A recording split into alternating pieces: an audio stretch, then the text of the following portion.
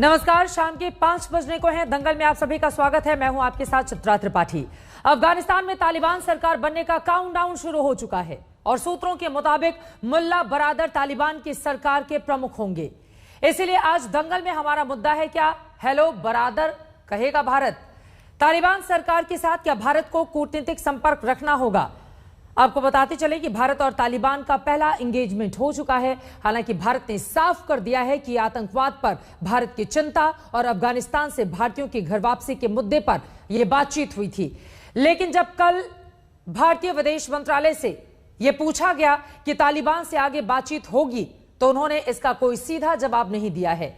सवाल यह है, क्या बदली हुई कूटनीतिक परिस्थितियों में भारत को तालिबान के साथ वैसा ही संपर्क रखना चाहिए जैसे चीन और रूस ने स्थापित किया है? आज की बहस की शुरुआत करें उसके पहले ये रिपोर्ट देखिए। अफगानिस्तान में तालिबान की सरकार अब हकीकत है। तालिबान ने अफगानिस्तान में अपनी पकड़ ऐसे बना ली कि दुनिया की सहमति हो या ना हो, लेकिन उनकी ताजपोशी का विरोध अभी तक किसी देश की सरकार ने नहीं किया है। सूत्रों के मुताबिक तालिबान की सरकार को उसके सबसे बड़े राजनीतिक चेहरे मुल्ला बरादर का नेतृत्व हासिल होगा। मुल्ला बरादर ने ही तालिबान का राजनीतिक दफ्तर कतर की राजधानी दोहा में खोला था। तालिबान का डिप्टी लीडर मुल्ला मोहम्मद याकूब और भारत के साथ संपर्क करने वाले शेर मोहम्मद अब्बास स्तनकज़ई सरकार में ऊंचे ओहदों पर होंगे। तालिबान का प्रमुख मुल्ला हिब्तुल्लाह अखुंदजादा अफगानिस्तान के सुप्रीम लीडर के रूप में अपना रोल निर्धारित कर सकता है। अफगानिस्तान में सरकार बनाने की कवायद के तहत तालिबान पहले ही तमाम प्रांतों और इलाकों के प्रशासनिक अधिकारियों की नियुक्ति कर चुका है। दुनिया अभी तालिबान की सरकार बनते देख रही है और इसी के साथ आने वाले दिनों में कूटनीतिक चुनौतियां भी सामने हैं। भारत के नजरिए से तालिबान को लेकर अपनी नीति तय करना बेहद अहम है। इसी हफ्ते जब तालिबान के प्रतिनिधि शेर मोहम्मद अब्बास स्तनकज़ई ने भारतीय राजदूत दीपक मित्तल से मुलाकात की, तब उन्होंने अफगानिस्तान से भारतीयों की सुरक्षित वापसी और आतंक पर भारत की चिंताएं रखी थी। हमारा जो मेन कंसर्न है, one of the primary immediate concern is that Afghan soil should not be used for terrorist, anti-Indian activities or terrorism against India. I think you saw that in our press release. हमने इस बारे में काफ़ी कह रखा है। ये हमारा एक मेन मुद्दा है और इस पे ही मैं इतना ही कहना चाहूँगा कि हमारा फोकस यही है। तो मैं इस स्पेसिफिक इश्यूज पे कमेंट नहीं करना चाहूँगा। हमारी रोड मैप के बारे में देखते हैं कैसे आगे क्या बढ़ता है। कतर में भारत और तालिबान का पहला संपर्क आतंकवाद और सुरक्षा के मसले पर था, लेकिन बड़ा सवाल आगे के संबंधों का है। Is it a representative government? I have actually no update on either issue. We're not aware of the invite. I've seen media reports on the government formation, but we don't have any update on anything on the invitation. हम चाहेंगे of course कि अफगानिस्तान में उनकी शांति रहे, piece आए, वहाँ पे जान और माल का सुरक्षित रहे। ये तो हम हमेशा से चाहते हैं।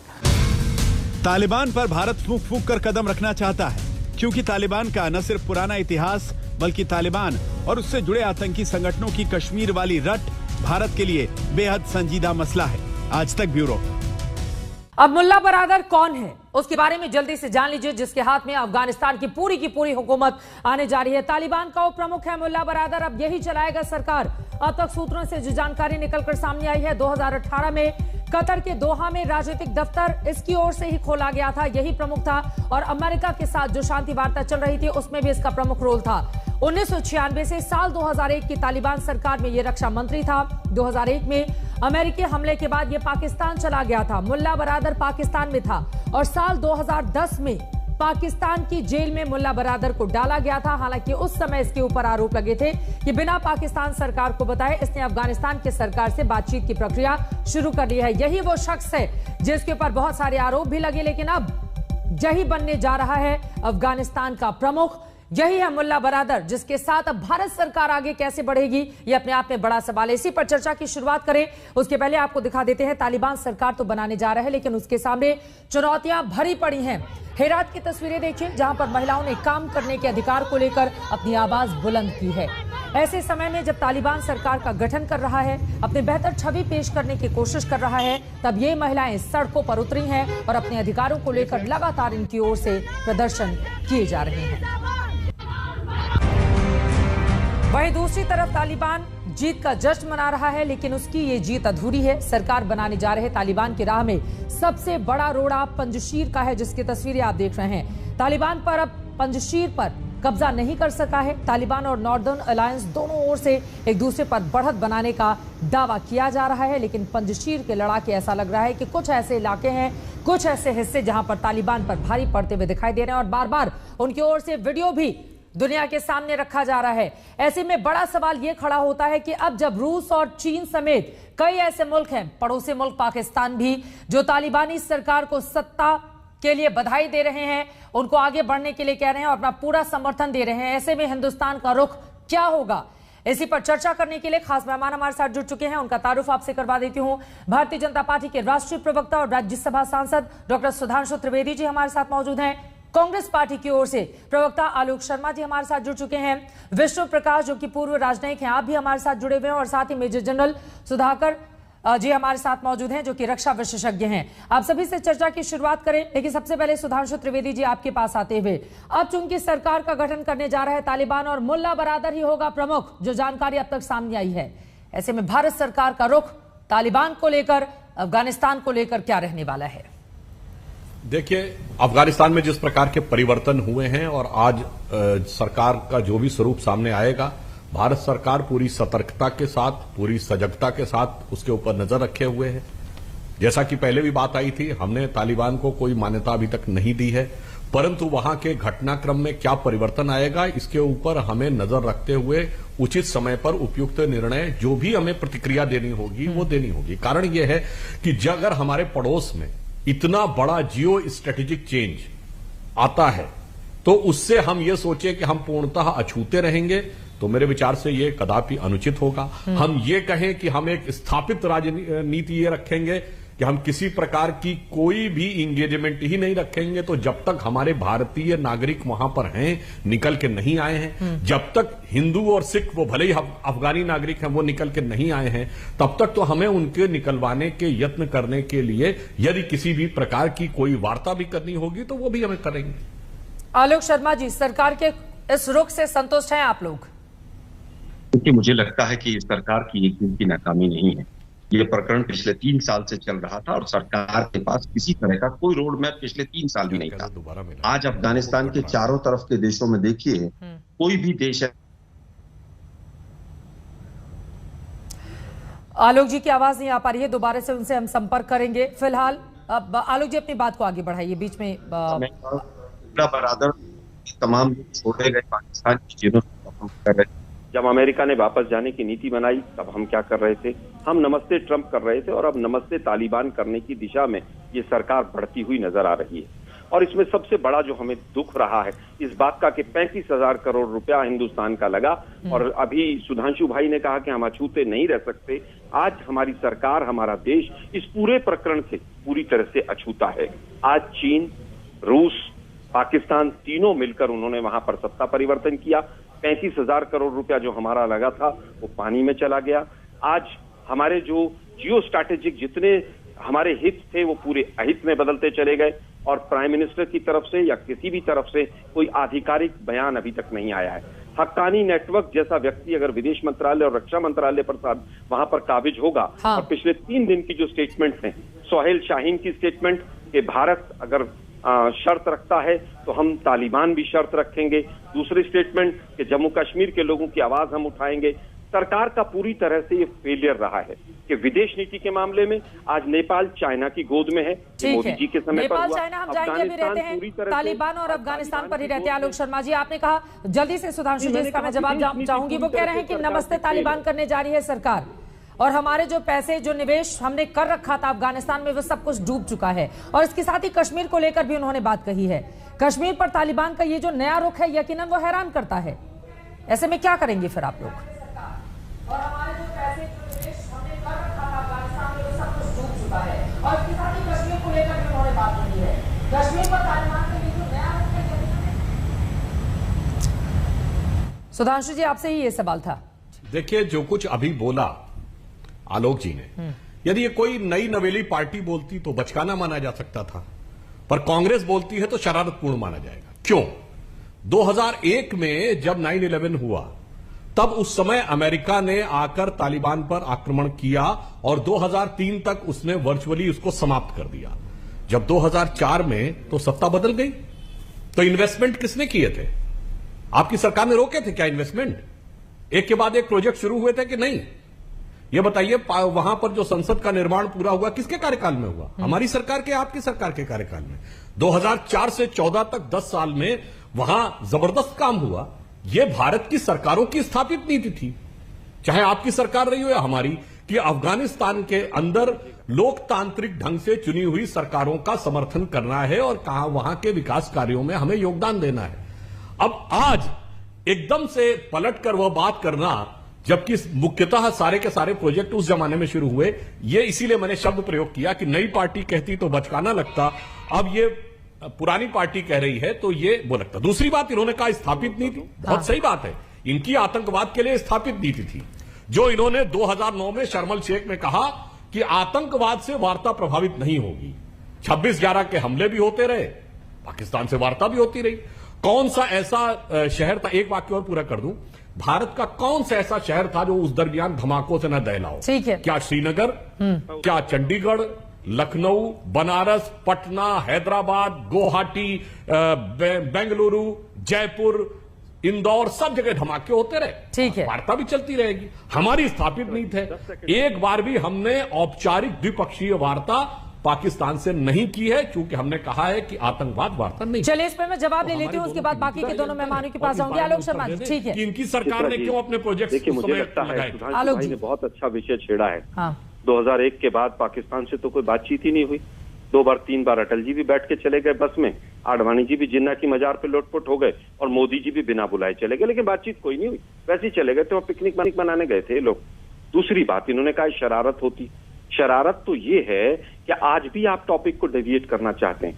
मैंने ये नहीं कहा कि प्रोजेक्ट क्यों रहे वहां पर, मैं प्रोजेक्ट हमारी नीति थी, विदेश नीति थी और सभी सरकारों की थी। आज हम ये कह रहे हैं कि पिछले 3 साल से हम सो रहे थे। हमने 3 साल से जब ये तमाम घटनाक्रम हुआ, तब हम केवल वेस्ट बंगाल के चुनाव और तमाम चुनाव में व्यस्त थी हमारी सरकार, पूरी के पूरे मंत्रालय वहां पर बैठे हुए थे। मेरा ये कहना है, तो ये नहीं कह रहा हूं कि वो प्रोजेक्ट क्यों चालू रहे। चलिए ठीक है, आपकी बात में समझ गए। इस पर राजनीतिक ये बहस तो चलती ही रहेगी, लेकिन हमारे साथ बाकी के जो 2 मेहमान बने हुए हैं उनकी भी प्रतिक्रिया बहुत जरूरी हो जाती है लेना। जल्दी से 10 सेकंड में अपनी बात केवल कहना चाहूंगा, कंधार में कौन छोड़कर आया था और तालिबान से औपचारिक वास्ता आज तक किस सरकार ने की है? इसका उत्तर कोई देगा? मुझे लगता है कि सरकार को सोचना चाहिए कि जिस तरह का इनका पूरा क्रियाकलाप रहा है, ये पूरी तरह से तालिबान के साथ नमस्ते करने के लिए तैयार बैठे। चलिए ठीक है, अब ऐसे में देखिए, यहाँ पर एक पार्टी की बात, ठीक है आलोक जी, आपकी भी बात हमने सुन ली और सुधांशु जी की भी बात देश ने सुन ली है, लेकिन सवाल बड़ा ये है, यहाँ पर एक पार्टी तो किसी पार्टी से बात करने जा रही नहीं है, एक देश की दूसरे देश के और उसके हुक्मरानों से बातचीत होगी। ऐसे में जब अफगानिस्तान पर यह नई सत्ता काबिज होने जा रही है, तो ऐसे में क्या 1996 वाला ही हमारा स्टैंड रहेगा जो अफगानिस्तान के मुद्दे पर हमने उसकी सरकार को लेकर लिया था, या इस बार स्थितियां बदलेगी? मैं मेजर जनरल सुधाकर जी आपके पास आते हुए सीधे आपसे जानना चाहूंगी, अभी की परिस्थितियां क्या बताती हैं? क्योंकि एक बातचीत तो हमारी हुई है दोहा में, अब इसके आगे क्या? चूंकि सूत्र ये बता रहे हैं कि मुल्ला बरादर जो कि रक्षा मंत्री था साल 1996 से 2001 तक, उसी के हाथ में कमान होगी, तो उसके साथ भारत किस तरह से आगे बढ़ेगा? देखिए चित्रा जी, चंद एक चीजों को मैं थोड़ा क्लैरिफाई करना चाहता हूं कि काफी मीडिया चैनल में और प्रिंट मीडिया में काफी हद तक हम ये मिक्सअप हो रहे हैं कि एंगेजमेंट और दूसरा है रिकॉग्निशन। इसमें कोई शक नहीं है कि तालिबान एक टेररिस्ट ऑर्गेनाइजेशन है, चाहे हम कितने भी इसके सफाई करें, इसमें किसी के मन में शक नहीं होना चाहिए और पाकिस्तान इसके लिए इसको जिम्मेवार पकड़ना चाहिए। अंतरराष्ट्रीय लेवल में इस देश को जितना भी आप ब्लैक लिस्ट करें फिर भी काम, नंबर 1। नंबर 2, मिक्सअप होने की वजह से जो हम छुप छुप के मिलते आ रहे हैं, देखिए मैं भी डील किया हूं फौज में सर्विस के टाइम में, काफी नाजुक स्थिति के टाइम पे जब हम कह रहे थे कि मुजाहिद के साथ कांटेक्ट नहीं करना चाहिए, तब भी चलते रहता है कि देशों के बीच में हर लड़ाई का जो पहलू है सामने बता के मीडिया में अनाउंस करके नहीं किया जाता है, तो कहीं ना कहीं डिस्ट्रिक्टली उनके साथ एंगेजमेंट चलती रहती है। लेकिन एंगेजमेंट का मतलब ये नहीं कि हम उनको रिकॉग्नाइज कर लिए हैं, कोई इंसान हथियार पकड़ के अगर खड़े होके सिविल गवर्नेंस और प्रोग्रेसिव सोसाइटी के साथ मिलना चाह रहा है, ग्लोबल ऑर्डर को चेंज करने की कोशिश कर रहा है, रूल ऑफ लॉ को चेंज करने की कोशिश कर रहा है, क्या विश्व इस चीज को वो एक्सेप्ट करेगा? ये पहला सवाल आ रहा है। मैंने कोई विरोध भी तो नहीं कर रहा है। किसने अफगानिस्तान में तालिबान की सरकार का विरोध किया है? चित्रा जी, ये पहली बार जिम्बाब्वे के इंसिडेंट, जिम्बाब्वे का ज्योग्राफी अलग है, इतिहास अलग है, शायद हम तुलना नहीं कर पाएंगे। अफगानिस्तान एक इस तरह एक स्ट्रेटेजिक लोकेशन है, इसका इतिहास भरा हुआ है, मतलब उसके इन्वेजन के ऊपर इन्वेजन हुआ है, तो इसीलिए इसका इतना जल्दी उत्तर नहीं मिलेगा। तालिबान का कहानी ये रातारात नहीं हुआ है, ये कोई सालों से बातचीत चल रही है कि तालिबान तालिबान तालिबान। अभी तालिबान के साथ अलकायदा भी है, आईसिस भी है, और वो तो बधाई भी दे रहा है और कह रहा है कि कश्मीर को आजाद करा के अब हमारी मदद करेगा तालिबान। इस तरह की भी बातें आ रही हैं। विष्णु प्रकाश जी, जी सर, मैं लौटूंगी आपके पास। विष्णु प्रकाश जी पूर्व राजनयिक हमारे साथ जुड़े हुए हैं। सर, आपका भी कमेंट बहुत महत्वपूर्ण हो जाता है एक ऐसे वक्त में। देखिए, भारत सरकार वेट एंड वॉच की पोजीशन पे भले हो, लेकिन एक बातचीत के जरिए ये कहा गया है कि अफगानिस्तान अपनी जमीन का इस्तेमाल कतई हिंदुस्तान के खिलाफ या आतंकवाद को बढ़ावा देने के लिए नहीं करे, जिस पर तालिबान ने समर्थन किया। उसके बाद तालिबानी प्रवक्ता की ओर से बयान सामने आ जाता है कि नहीं भाई, कश्मीर मामले में चूंकि वहां पर मुस्लिम आबादी, इस तरह की बातें कही गई और कहा गया कि हम तो आवाज बुलंद करेंगे। तो ये दो तरफी बातें अगर कही जा रही हैं तालिबान की ओर से, तो ऐसे में हिंदुस्तान के लिए भी इतना आसान नहीं रहेगा तालिबान को लेकर अपना स्टैंड क्लियर कर पाना। कितना वक्त लगेगा भारत सरकार को ये सोच पाना कि अफगानिस्तान की ये जो नई सरकार बनने जा रही है उसके साथ हम खड़े रहें, समर्थन दें या फिर नहीं दें? जी नमस्कार, मैं सिविल सर्वेंट में डिप्लोमेट रहा हूं और मैं राजनीतिक विवाद में नहीं पढ़ूंगा जी। मैं मनमोहन सिंह सरकार में एम्बेसडर नियुक्त हुआ था, मोदी सरकार में उच्चायुक्त था, तो मैंने दोनों सरकारों में काम किया है। मुझे तो ये पता है कि चाहे कांग्रेस सरकार हो चाहे बीजेपी सरकार हो, कोई भी सरकार वो करेगी जो राष्ट्र हित में होता है, और हर एक सरकार के लिए देश के हित पहले आते हैं। और मैं गर्व के साथ कह सकता हूँ हर एक सरकार ने अपने राष्ट्रीय हितों का पालन किया। अब ये तो रही अब तक की बात। जहां तक इन्वेस्टमेंट की बात हो रही है, बड़ा मैं साफ कर दूं कि हमने अफगानिस्तान में इन्वेस्टमेंट नहीं किया है, हमने लोगों में इन्वेस्ट किया है। इन्वेस्टमेंट का मतलब होता है कि हम उसमें कुछ प्रॉफिट ढूंढें, लाभ ढूंढें। क्या हमने अगर डैम बनाया या पार्लियामेंट बनाई है तो हम उठा के वापस लाएंगे क्या? हमने, और क्यों भारत सबसे ज्यादा प्रसिद्ध है, भारत की छवि इतनी मजबूत क्यों है? क्योंकि हमने पक्षपात के बिना उनके कैपेसिटी डेवलप की है, इंफ्रास्ट्रक्चर डेवलप की। अच्छा, अब जो 1996 से 2001 की स्थिति थी, क्या हम वही करेंगे? तो अगर वही करना हो तो आपको सरकार नहीं चाहिए, डिप्लोमेट्स नहीं चाहिए, कोई भी स्थिति स्थिर नहीं होती। हालात बदलते हैं, हालात के साथ आपका जो राष्ट्रहित में जो करना होता है वो करेंगे। अब स्थिति ये है कि तालिबान को सब सपोर्ट कर रहे हैं, यानी कि पाकिस्तान, चाइना, रशिया। बिल्कुल, पाकिस्तान कट्टरवादी संस्था है, इसमें किसी को शक नहीं है। तालिबान भारत का दोस्त नहीं है, इसमें किसी को शक नहीं है। अब हमको, हमारी रुचि क्या है, हमारे इंटरेस्ट क्या है? जो भारतीय मूल के लोग हैं उनकी सुरक्षा, ताकि हमारे खिलाफ आतंकवाद ना हो, उसका देखभाल। तो अब जैसे मेजर जनरल कह रहे हैं कि अगर हम तालिबान से बातचीत कर रहे हैं तो क्या हम उनको मान्यता दे रहे हैं? क्या हम उनको कह रहे हैं कि आप जो कर रहे हैं वो ठीक कर रहे हैं? हम ये कह रहे हैं कि देखिए, हमारे हित की आप के खिलाफ कुछ मत कीजिए, और हम जो अफगानी लोगों के हित में के जो है वो हम करेंगे। अब ये कहना कि कल कुछ निश्चित हो जाएगा, ये नहीं होगा। हमको ये नहीं पता तालिबान का असली चेहरा क्या है, पाकिस्तान की कौन कठपुतली है, कौन क्या चाहता है, क्या ये मॉडरेट हो गए हैं, क्या ये वही कट्टरपंथी रहे हैं, तो समय बताएगा। और जहां तक कश्मीर का सवाल है, चित्रा जी आपके अगला कॉमेंट, इसमें जो सानिक जाई ने कहा था और जो शाहीन जी ने कहा है, उसमें कोई कॉन्ट्रडिक्शन नहीं है। इसलिए नहीं है कि सानिक जाई ने कहा था कि भारत और पाकिस्तान के बीच वो सुलझाएं कश्मीर का मामला। दो मुद्दे हैं, एक तो कश्मीर का मुद्दा है, वो उसने कहा है कि वो भारत और पाकिस्तान सुलझाएं, हम बीच में नहीं पड़ेंगे। और दूसरा मुद्दा है जो मन घड़ंत ये कहते हैं कि मुसलमानों को ठीक नहीं किया जा सकता, बिल्कुल कर रहे हैं, वो दूसरा मुद्दा है।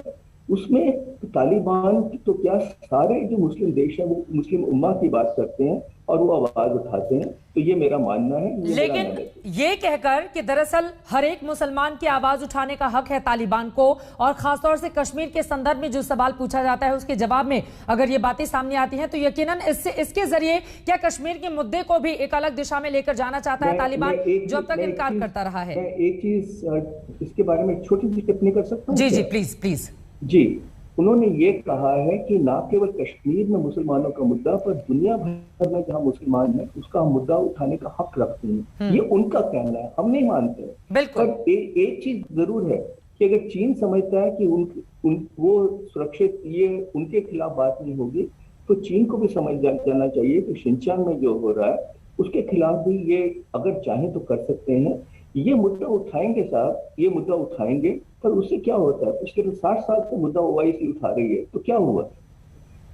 ये सवाल महत्वपूर्ण है, लेकिन चीन का आपने जिक्र कर दिया। अभी तालिबान की ओर से ये बयान सामने आया है, फंड्स के लिए वो चीन पर निर्भर है और चीन उसकी मदद करने के लिए पूरी तरह से तैयार है। इसके साथ ही जो अपार खनिज संपदा है अफगानिस्तान में, उस पर भी चीन की नजर है, और यकीनन अमेरिका के जाने के बाद ऐसा लग रहा है कि चीन की बाछें खिली हुई हैं, और कहीं ऐसा ना हो कि अफगानिस्तान, पाकिस्तान, चीन ये सब मिलकर हिंदुस्तान के लिए एक नई मुश्किलें और चुनौती खड़ी करें। ऐसे में हिंदुस्तान क्या करेगा, क्या होगी हमारी अगली रणनीति, यहीं से चर्चा में आगे बढ़ेंगे। एक छोटे से ब्रेक के बाद हम फौरन हाजिर होंगे, कहीं जाएगा मत, आप देखते रहिए आज तक। क्या तालिबान के नए निजाम से रिश्ते बनाने की नीति हिंदुस्तान को बनानी होगी, या कर दिया जाएगा बहिष्कार, या फिर बातचीत होगी? और अगर ये दोनों ही चीजें नहीं होती हैं तो फिर क्या होगा? इस मुद्दे को लेकर लगातार चर्चा जारी है, क्योंकि कुछ ही देर में सरकार का स्पष्ट स्वरूप निकलकर सामने आ सकता है, और माना यही जा रहा है कि मुल्ला बारादर ही नया चीफ होगा तालिबान का, जो कि राज करेगा अफगानिस्तान पर। सुधांशु जी, सीधे आपके पास आते हुए,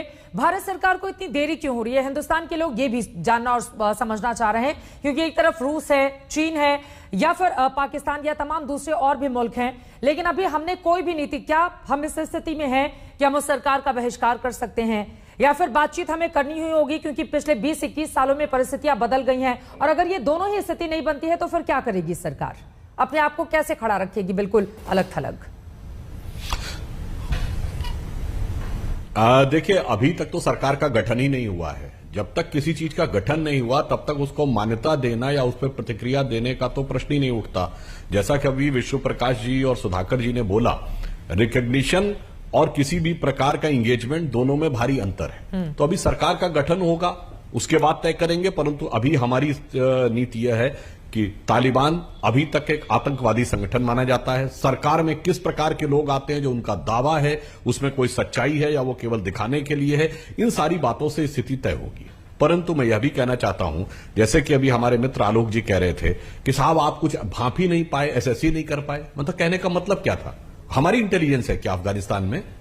क्या आप ये कहना चाहते हैं? यदि नहीं है तो नाटो की और अमेरिका की इंटेलिजेंस पर ही इसके ही इनपुट के आधार पर तय करेंगे, और उनका ही असेसमेंट गलत निकल गया। उनको यह था कि जब वो काबुल छोड़ कर जाएंगे उसके बाद 20-25 दिन लगेंगे काबुल के फॉल में, मगर वो उनके जाने से पहले ही काबुल पूरी तरीके से तालिबान के कब्जे में आ गया, तो एक स्थिति अलग हो गई। और यह बात बिल्कुल सही है कि चाइना जिस ढंग से वहां हस्तक्षेप करने का प्रयास कर रहा है, यह अपने आप में एक गंभीर चुनौती है। क्योंकि एक और बात आप समझिए कि इधर ईरान से अमेरिका के संबंध अच्छे नहीं है।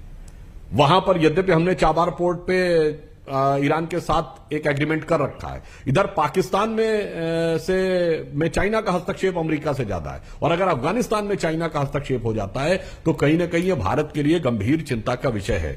परंतु समस्या क्या है कि इन गंभीर स्ट्रेटेजिक इश्यूज पर भी गंभीर राजनीति की बजाय केवल जब क्षुद्र राजनीति होती है तो समस्या होती है। जैसे भी आलोक जी ने कांधार की बात कर दी, जैसे इस बार ऑल पार्टी मीटिंग हुई है, क्या कांधार हाईजैकिंग के डिसीजन से पहले ऑल पार्टी मीटिंग नहीं हुई थी क्या?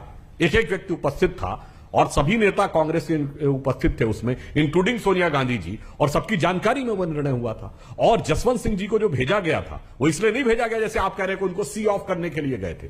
क्योंकि जो आज स्थिति है, तालिबान से हमारा कोई संवाद नहीं था, हम उसको रिकॉग्नाइज नहीं करते थे। अगर वहां पर जाने के बाद वो लोग अपनी मांग बदल देते तो अधिकारी लोग थोड़ी निर्णय ले सकते थे। ठीक है, तो ये था कि एक सीनियर व्यक्ति सरकार कर रहे जो तत्काल वहां पे निर्णय ले सके कि हमें क्या करना है, आगे की प्रक्रिया क्या करनी है। इतने गंभीर विषयों के ऊपर जब इस प्रकार की राजनीति होती है तो यह दुखद लगता है। देश हित में जो फैसला था उन्होंने किया आलोक जी, लेकिन आपको लग रहा है कि नहीं, उस फैसले में बहुत सारी कमियां रह गई। देखिए, सबसे पहली चीज तो ये कि ऑल पार्टी मीटिंग से ही शुरू करते हैं। चित्रा जी, आप ही के शो पे आखिरी बार जब एक हफ्ते पहले बैठे थे तो बीजेपी के प्रवक्ता ने इसी बात को, मैंने कहा था ऑल पार्टी मीटिंग अभी तक 2 बार बुलाई जानी चाहिए, मजाक उड़ाया गया था। हल्का कौन था? देश देख रहा है। इन्होंने कहा देरी, देश जानना चाहता भी देरी क्यों हुई? क्योंकि मोदी साहब चुनाव लड़ने में व्यस्त थे। मोदी साहब के सामने इतने सारे काम थे, यहाँ पर चुनाव लड़ना था, बहुत सारे काम थे। अब कह रहे हैं साहब प्रयास कर रहा है चाइना ने पूरा कब्जा कर लिया अफगानिस्तान के ऊपर। जिस तरह से हमारे देश की सीमाओं में घुसकर बैठा है, वो पूरी तरह से वहां की विदेश नीति सब कुछ उसके हाथ में है। लेकिन अभी हम शायद उस चीज को नहीं समझ पा रहे हैं। आज जो पूरी तरह से मान्यता की बात हो रही है, जो नमस्ते तालिबान की तरफ सरकार बढ़ रही है, मान्यता तो दी हुई है इन्होंने। क्या मान्यता नहीं दी हुई है? मान्यता तो 2020 में ही दे दी थी, जब यूएस के साथ हम खड़े थे कि तालिबान वापस जाएगा, और हमने समर्थन किया। यूनाइटेड नेशन सिक्योरिटी काउंसिल में समर्थन किया। 2020 में भी बातचीत हुई, मैं ऑन रिकॉर्ड कह रहा हूं। और बात मान्यता के बाद की दूसरी अगर आप देखते हैं, आप कह रहे हैं कि साहब हमने लोगों में इन्वेस्टमेंट किया। लोगों में इन्वेस्टमेंट अगर किया था तो वो इन्वेस्टमेंट बेकार हो गया, क्योंकि आज ना आप लोगों के साथ खड़े हैं, ना तालिबान के साथ खड़े हैं, ना आप नदर्न अलायंस के साथ खड़े हैं, ना पश्तूस के साथ खड़े हैं। चित्रा, मैं 2-2.5 साल रहा हूं काबुल और तमाम जगह पर। काबुल की एक एक गली को जानता हूं मैं। मुल्ला उमर के से लेके पार्क शारे नाव से लेके वजीर अकबर खान, सब एरिया मेरे पैरों से नापा हुआ है। मुझे लगता है कि सरकार की जो विदेश नीति की ढुलमुल नीति थी, उसकी वजह से आज ना हम घर के रहे हैं ना घाट के रहे हैं। और ये चीज आज सरकार को समझनी होगी कि भाषणों से विदेश नीति नहीं चलती है। नमस्ते ट्रंप करने से रशिया को आपने पाकिस्तान के नजदीक पहुंचा दिया। नमस्ते ट्रंप करने से चाइना को आपने वहां पर पूरी तरह से त्रिकोण बनाने में मदद कर दी। विदेश नीति के मोर्चे पर सरकार पूरी तरह से फेल रही है, सुधांशु जी जो आरोप लगा रहे हैं। ठीक है, बार बार वो कह रहे हैं नमस्ते ट्रंप का जिक्र करके, वो बार बार कह रहे हैं कि नमस्ते तालिबान तो कर ही रही है सरकार, बढ़ रही है, तो तालिबान की तरफ चल दी है। वो भी जवाब देता हूं। एक तो पहली बात मैं कहना चाहूंगा, हाँ मैं उसका जवाब दे रहा हूं। देखिए, पहले तो मैं कहना चाहूंगा चाइना के बारे में निश्चित रूप से कांग्रेस पार्टी को हमसे ज्यादा जानकारी होगी, क्योंकि एग्रीमेंट उनका है चाइना के साथ, जो आज तक सार्वजनिक नहीं हुआ, हमें नहीं बताया गया। और विदेश विश्व के इतिहास में पहली बार चाइना के साथ एकमात्र बार ऐसा हुआ है जब उसने अपनी फौज भेजी और उसके बाद रिट्रीट घुसा है, ना कोई आया है, ना कोई घुसा है। आप बीच में आप बोल रहे थे, मैंने देश के प्रधानमंत्री ने देश के जवानों की शहादत पर झूठ बोला, पहली बार हुआ है। उत्तर दीजिए। अब आप बोल रहे थे मैंने कोई हस्तक्षेप नहीं किया। देखिए, अपना आवेश को नियंत्रण में रखिए, अपनी बारी का इंतजार करिए। अब मैं बोल रहा हूं, देखिए पहली बार हुआ है ऐसा जब चाइना ने अपनी फौजें आगे भेजी और रिट्रीव किया, वापस किया। आज तक कभी चाइना ने ऐसा नहीं किया था। और जब चाइना और हमारा कॉन्फ्लिक्ट हुआ तो हमारी विदेश नीति तो नाकाम थी आलोक जी। चाइना के साथ कौन देश खड़ा था? सिर्फ 2, नॉर्थ कोरिया और पाकिस्तान। इससे पहले जब कश्मीर का मुद्दा आता था तो हमारे साथ सिर्फ रूस खड़ा होता था आपके जमाने में, बाकी लगभग पूरी दुनिया पाकिस्तान के साथ। और आज हालत यह है कि जब कश्मीर का मुद्दा आता है तो पाकिस्तान के साथ एक चाइना खड़ा होता है, बाकी लगभग पूरी दुनिया हमारे साथ। तो ये एक अंतर है। इसलिए वो विषय, अब आता हूं तालिबान को नमस्ते करने की बात। अरे साहब, तालिबान नमस्ते की तो बात छोड़िए, ये तालिबान जिंदाबाद करने वाले लोग वही क्यों हैं? वो वही शायर क्यों हैं जिन्होंने सोनिया जी की प्रशस्ति में शायरी लिखी थी? ये तालिबान जिंदाबाद कहने वाले लोग वही क्यों हैं? असदुद्दीन ओवैसी जैसे लोग जिनके साथ मिलकर आप सरकार चला चुके हैं अविभाजित आंध्र प्रदेश में। ये तालिबान जिंदाबाद कहने वाले लोग उसी मुस्लिम पर्सनल लॉ बोर्ड के सदस्य क्यों हैं जिसको आप ही ने बनाया था 70 में और आप ही ने पोषित किया है। और आज तालिबान ये कह रहा है कि हम मुस्लिम होने के नाते कश्मीरियों के साथ हैं। मुझे इस बात का दुख है कि कोई मुस्लिम समाज में से खड़े होकर ना उस जमाते इस्लामी के नेता का विरोध कर रहा है खुल के, ना मुस्लिम पर्सनल लॉ बोर्ड वाले का, ना तालिबान के इस बयान का विरोध कर रहा है। और फिर एक और बात समझिए, अगर इस ढंग का हमारे लिए चुनौती उत्पन्न हो गई है तो यदि इस समय हम लोगों ने धारा 370 जो समाप्त कर दी, यदि नहीं समाप्त की होती तो देश की सिक्योरिटी के लिए कितनी बड़ी चुनौती हो सकती थी। ये दूरदर्शी। लेकिन अभी वो जो कश्मीर का राग अलाप रहा है उस पर क्या करेंगे, ये तो सवाल है ना। जल्दी से आलोक जी आप जवाब दीजिए, बाकी दोनों मेहमानों के पास जाऊंगी। ये कहना चाहता हूँ, भारत की सरकार बहुत मजबूत सरकार हो, इसमें मुझे भी खुशी हो, लेकिन भारत की सरकार विदेश नीति के मामले में बिल्कुल पंगु सरकार है। हम पूछ रहे कितने भारतीय हैं, पता नहीं, कितने आ गए नहीं पता, कितने और आएंगे नहीं पता है, रोड मैप क्या है नहीं पता है, नमस्ते ट्रंप करेंगे, no specific, no comment on बार बार नमस्ते ट्रंप पे क्यों जा रहे हैं आलोक जी? मेन मुद्दे पर मैं बार बार इसलिए कह रहा हूँ कि तालिबान को वहां पर घुसाने में बीजेपी की जो केंद्र की सरकार है उसका रोल रहा है और पॉजिटिव रोल रहा है। क्या करे सरकार? अच्छा जल्दी से आलोक शर्मा जी, अभी मौजूदा वक्त में जिस तरह की परिस्थितियां हैं क्या करना चाहिए सरकार को, बताइए। मुझे लगता है मैंने पिछली बार भी आपके सवाल पर जवाब कहा था कि बहुत कुछ करने को बचा नहीं, लेकिन अभी भी सरकार को चाहिए कि अपना स्टैंड लेकर चले। एंगेजमेंट ऑफ तालिबान या containment of Taliban. Foreign policy में, डिप्लोमेसी में 2 वर्ड यूज होते हैं, या तो हम उनको कंटेन करेंगे, मारेंगे, लड़ेंगे, झगड़ेंगे, विरोध करेंगे, या उनको एंगेज करेंगे।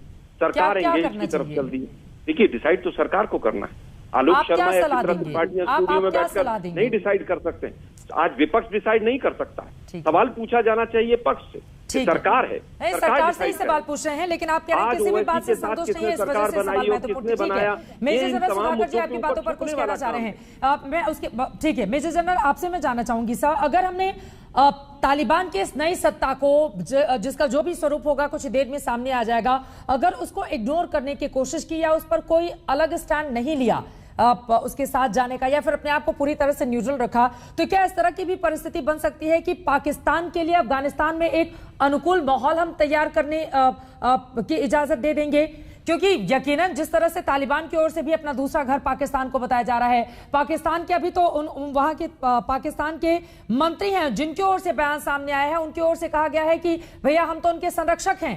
इस तरह की बयानबाजी की जा रही है पाकिस्तान की ओर से, तो फिर स्थितियां तो भारत के लिहाज से बहुत खतरनाक हो जाएंगी।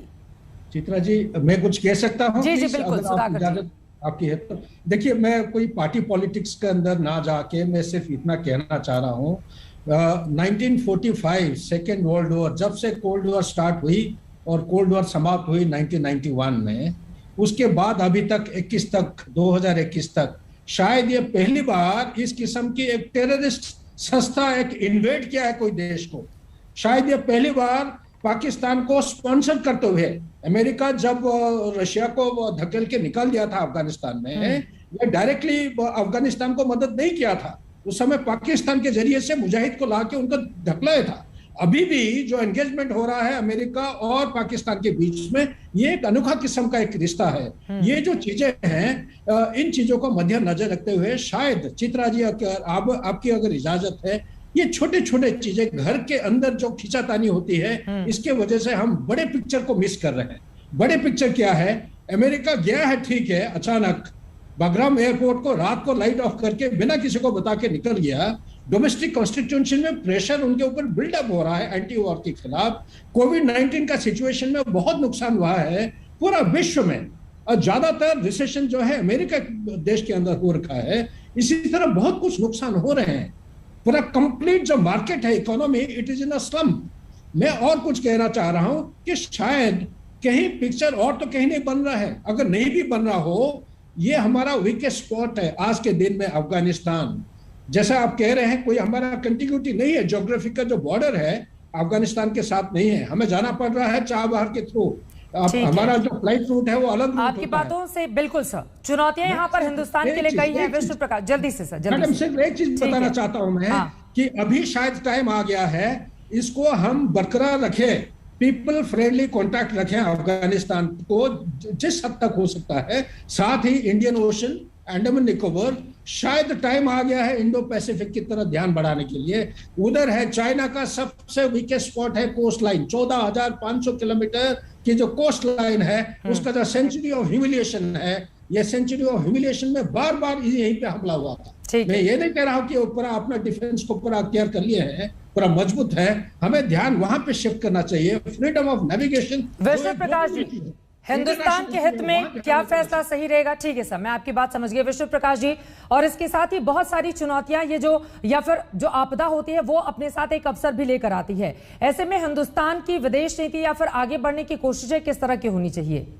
आप किस नजरिए से देख रहे हैं इसको? जी मैं जरूर नजरिया अपना बताऊंगा, पर एक चीज उससे पहले मैं ये कहना चाहता हूँ कि मैं 36-37 साल डिप्लोमेट रहा था और दुनिया भर में रहा था। मैंने एक चीज जरूर देखी थी कि जब एक्सटर्नल थ्रेट होता है, जैसे चीन के साथ था या है, या इस वक्त जैसे तालिबान के आने पे दुविधा है, तो आपस का विवाद भूल के और हम सब मुल्क एकजुट हो जाते हैं। मुझे दुख होता है कि हम लोग आपस में पब्लिकली ऐसी लड़ाई करते रहते हैं, पर खैर ये तो मैं नहीं कह सकता, ये तो हमारे नेता लोग डिसाइड कर सकते हैं। अब ये कहने के बाद देखिए, डिप्लोमेसी में कोई ब्लैक एंड व्हाइट नहीं होता। हमारा तालिबान के ऊपर कंट्रोल नहीं है कि हम उनको कहें कि आप ये सरकार बनाएं, वो सरकार बनाएं। बहुत से जैसे मूविंग पार्ट्स हैं, चीन एक तरफ से खींच रहा है, पाकिस्तान दूसरी तरफ से खींच रहा है। मुल्ला बरादर पाकिस्तान की जेल में 8 साल रहे हैं। वो कोई पाकिस्तान की जेल कोई कोई गेस्ट हाउस नहीं थी, तो उनका अपना रवैया है। हक्कानी है जो ग्रुप है जो पाकिस्तान के साथ है कोई, तो इस वक्त जैसे अंग्रेजी में कहते हैं कंफ्यूजन कंफाउंडेड है, वो है। तो ऐसे समय में अगर कोई निर्णय ले सकता है तो शायद खुदा भगवान ले सकते हैं, हम लोग नहीं ले सकते। और कोई सरकार ऐसे समय में निर्णय ले तो वो मेरे ख्याल में गलत होगा। हमको बहुत ध्यान से देखना पड़ेगा कि कैसे ऊंट किस करवट बैठते हैं और उसके हिसाब से निर्णय लेना पड़ेगा। अगर कोई चाहे कि ऐसा निर्णय अनाउंस कर दें तो शायद मेरी समझ से बाहर है, पर मेरी समझ बहुत कम है, हमारे कुछ लोगों की शायद ज्यादा समझ इस तरह की। ऐसे बिल्कुल बात नहीं है। यकीनन आप पूर्व राजनयिक वहां पर रहे हैं, आपका लंबा इतना अरसा आपका एक्सपीरियंस का रहा है। आपकी बातों से और आपके चश्मे से तस्वीर ज्यादा साफ हो पाएगी। वेट एंड वॉच की पोजीशन हिंदुस्तान की क्या भी सही है विष्णु प्रकाश जी, लेकिन इसके लिए भी हमें कितना समय लेना चाहिए ये भी अपने आप में जी। देखिए चित्रा जी, इसमें कोई समय की बात नहीं हो सकती, और इसलिए नहीं हो सकती कि अभी यही नहीं पता कि तालिबान की बागडोर किसके हाथ में। मुल्ला खूंजादा के हाथ में है, अगर उनके हाथ में है तो मुल्ला खूंजादा की बागडोर किसके हाथ में? अभी तक किसी ने मुल्ला खूंजादा को देखा है? अभी तक तो ये सुनने में आया था वो पाकिस्तान की जेल में है। अब पाकिस्तान के बारे में जो मुल्ला ज़ाइफ थे, जो कि तालिबान के एम्बेसडर थे पाकिस्तान में 2001 में, जब मैं भी पाकिस्तान में पोस्टेड था, उन्होंने ये कहा था अपनी आत्मकथा में कि पाकिस्तान ऐसा दुष्ट देश है कि बैल में से भी दूध निकाल सकता है।